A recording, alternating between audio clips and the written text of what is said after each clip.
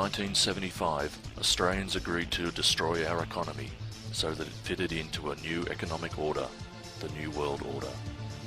The Second General Conference of the United Nations Industrial Development Organization, UNIDO, met in Lima, Peru from 12 March to the 26th of March 1975. The outcome of that meeting was the Lima Declaration, a blueprint for the transfer of technology, tools and jobs to third world or developing nations, leaving the developed nations such as Australia short of technology, tools and jobs.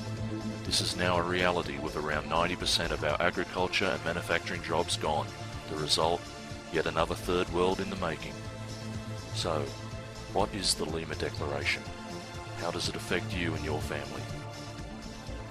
Its correct title is Lima Declaration and Plan of Action on Industrial Development and Cooperation. It is an international trade agreement similar to GATT, the General Agreement on Trade and Tariffs. Australia is a signatory to the Lima Declaration, as it is to many GATT agreements. Australia signed the Lima Agreement with the total support of all major political parties.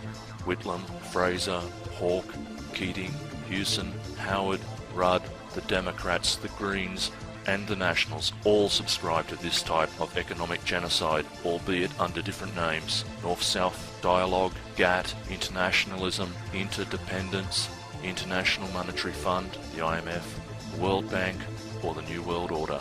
All different names for the same plan of control of the world through the money system. Control by sick minds, treasonous politicians, and bumbling academics and bureaucrats.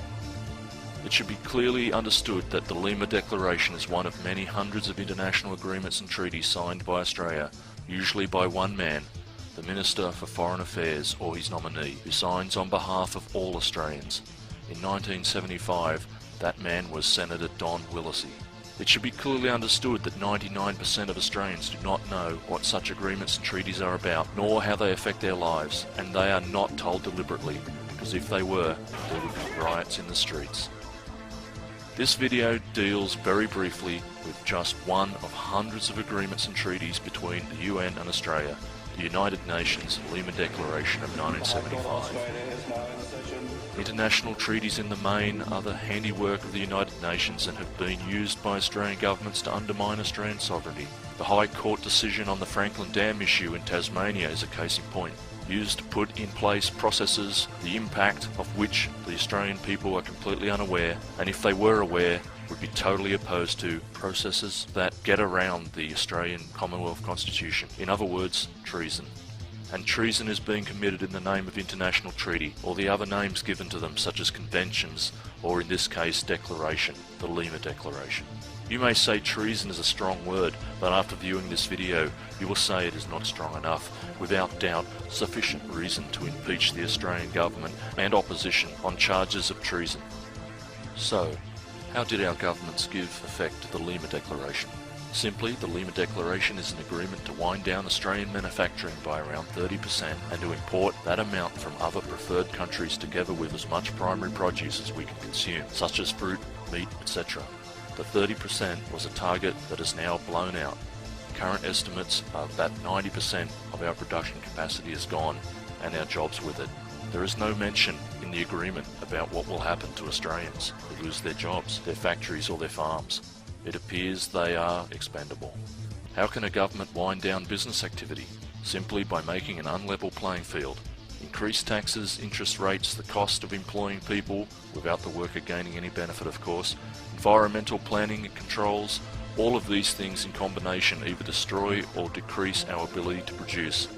A good example would be, if you wish to manufacture widgets in Sydney, you may require, say, 5 acres of industrial land at around $12 million, on which you will pay $25,000 a year rates and $25,000 land tax. It will cost some hundreds of thousands in contributions to council coffers and environmental studies, all of which you may borrow at high interest. Then, if you are lucky, you will be up and manufacturing in maybe 2 to 5 years. Then the unions will step in and cause loss of production. The government will make you subject to time-consuming unnecessary costs, paperwork, insurance and payroll tax, and force you to collect sales tax on your product, and threaten you with heavy penalties including jail sentences for non-compliance. Or, You can simply set up business offshore and export your ideas back to Australia. Our offshore neighbour, also a party to the Lima Declaration, will give you the land, assist you in every way and not tax you for the first 5 years. Their interest may range from 0 to 4%, not to mention the Australian government's incentives available to importers from preferred countries. And so the playing field is drastically tilted to get the result required by a combination of government and financial activities. So, how does the Lima Declaration affect you? Simple. 50% of the productive Australian workforce becomes unemployed. Taxes on the remaining people employed increase to pay for the unemployed. With new shortage of income, you are forced to buy cheaper imports or go without, thereby aggravating the spiral of well-planned economic transfer equals oppression. Government will increase their numbers to cover up the real unemployment statistics and/or change the definition of unemployed. If you work 10 hours a month, you will be considered employed.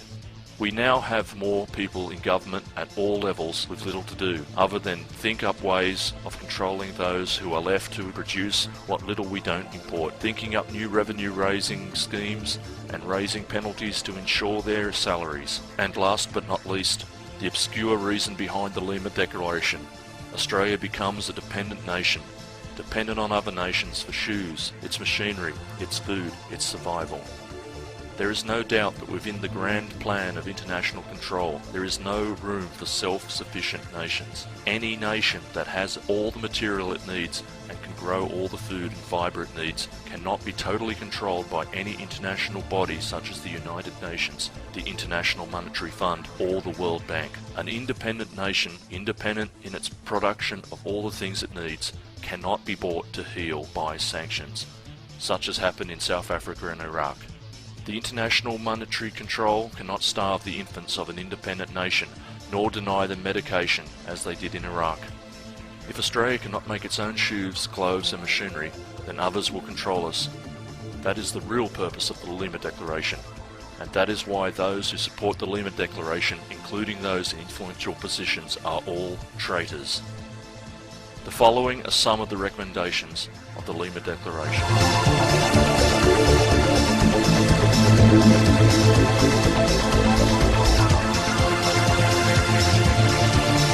A new economic order by which complete control of the world and its people is planned through the total control of their economy, their means of existence. The basic economy I refer to is people. People create the need is then supplied by people's activity. All that is required for economic growth is for people to supply their own market. The proposed new economic order is not about developing third world countries' economies for the benefit of their people. It's about developing for the establishment's benefit, our would-be masters, the would-be masters of the new world order. It is an absolute nonsense to say that a country needs to export to survive and prosper. Of course, one must export an equal amount to which one imports to balance trade. But the less it imports, the less it needs to export to effect the offset. What is required is a locally owned and controlled credit system, the essential ingredient in remaining independent of international finance, the exact opposite to the plans of the New World Masters. Every country should work toward import replacement, which is exactly the opposite of the strategy set out in the Lima Declaration and exactly the opposite to the current policy of export, export, export. Currently, Australia exports below the cost of production. Therefore, the more we export, the more we go broke. If the fundamentals on which the Lima Declaration is purported to be built were half correct, our world would have to carry out export-import trade with another world in export to survive. This is quite obviously nonsense.